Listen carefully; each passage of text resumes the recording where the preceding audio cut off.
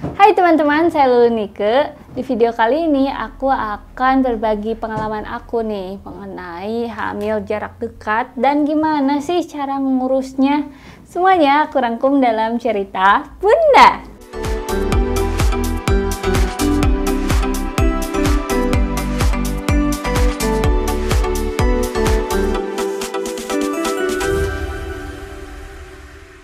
Jadi di video sebelumnya ya, aku udah pernah share ya ke teman-teman pengalaman aku mengenai jarak anak aku yang berdekatan. Ya, waktu itu aku sharing ya ke teman-teman semua mengenai pengalaman aku pas aku lagi hamil anak kedua aku, sedangkan anak pertama aku itu belum 1 tahun gitu ya.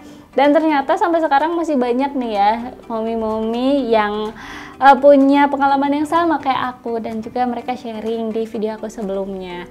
Nah, hari ini aku akan sharing gimana sih perjalanan aku dalam mengurus kedua anak aku itu yang jaraknya berdekatan. Jadi waktu itu aku hamil lagi ketika anak aku itu umurnya hampir mau 12 bulan. Artinya anak aku itu jarak antara anak pertama dan kedua itu 1,5 tahunan ya Bun. Terus udah itu gimana sih cara ngurusnya gitu kan. Aku tuh kebetulan ngurus anak aku juga dua-duanya tanpa ART gitu ya. Jadi aku ngurus sendiri anak aku gitu ya 24 jam di rumah. Dan rasanya adalah nano-nano. Jadi ada senengnya, ada keselnya gitu ya. Senengnya itu ketika aku bisa ngelihat pertumbuhan mereka gitu kan, dengan jarak yang berdekatan. Lama-lama tuh mereka kayak anak kembar gitu ya, apalagi kalau di foto sekarang gitu ya. Walaupun anak aku yang kedua ini baru 1 tahun dan anak aku yang kedua ini 2,5 tahun, tapi kalau di foto tuh mukanya mirip-mirip ya, padahal mereka tuh cewek cowok gitu, tapi mukanya mirip-mirip dan jadinya kayak anak kembar, lucu aja gitu. Nah, tapi juga ada beberapa sikap mereka yang nyebelin juga gitu ya. Misalnya kayak kalau bangun pagi gitu ya, mereka tuh minta makan. Kalau yang satu minta makan, yang satu juga minta makan gitu, sama.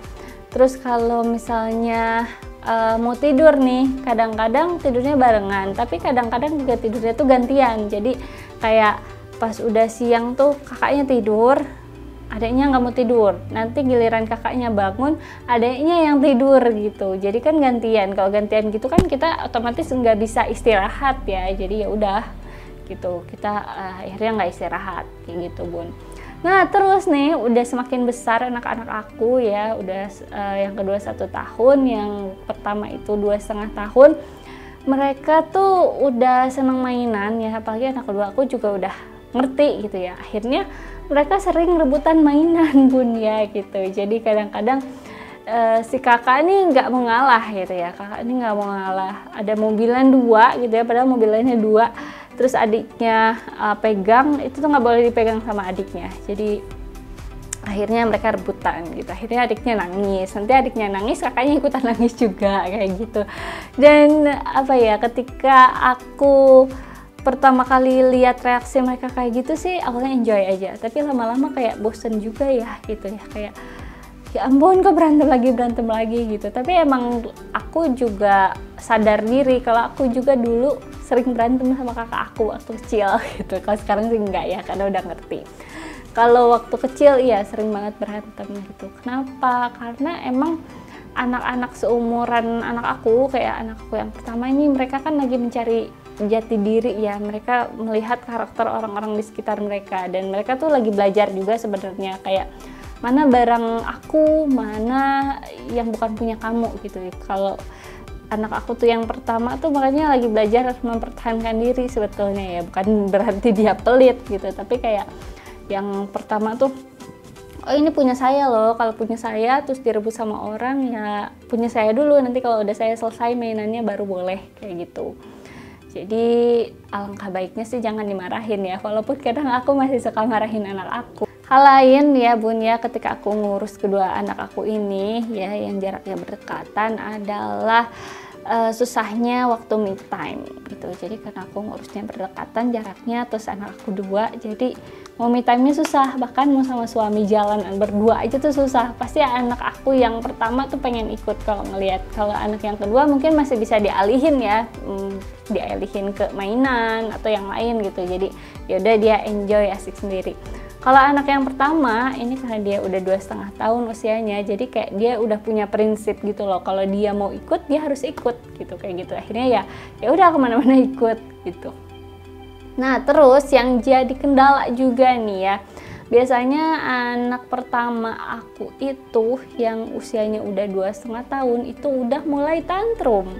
Dan tantrum ini biasanya tuh udah umum ya, katanya tuh bisa mengalami tantrum tuh anak dari usia 2-5 tahun bun ya gitu.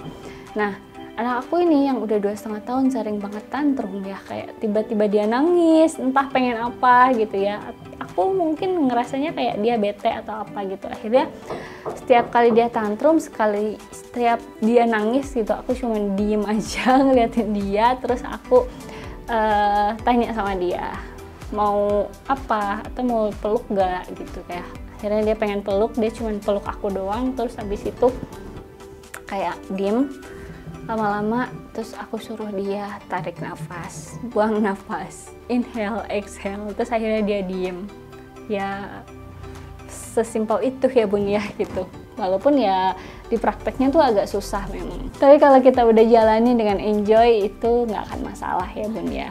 Jadi buat bunda-bunda semua nih ya yang lagi hamil sekarang dengan jarak anak yang berdekatan, terus bingung nanti gimana ya gitu kan ngurusnya gitu, atau mungkin masih banyak yang bully biasanya ya, kayak kenapa nih kebobolan ya kayak gitu, atau mungkin bunda-bunda banyak yang takut gitu, karena takutnya bukan karena takut ngerawat anak-anak kita, tapi takut dengan omongan orang biasanya ya, dengan omongan orang yang kasihan anaknya masih kecil gitu kan. Ternyata setelah dijalanin nggak juga kok bun, maksudnya kalau misalnya anaknya udah ada ya bisa kita handle juga. Oke bun, sekian sharing dari aku ya, mudah-mudahan bermanfaat. Kalau misalnya bunda-bunda nih mau sharing, mau diskusi lagi, punya problem apa, langsung aja tulis di kolom komentar ya bun ya. Dan bunda-bunda juga jangan lupa like dan subscribe YouTube ini. Sampai jumpa, semoga bermanfaat.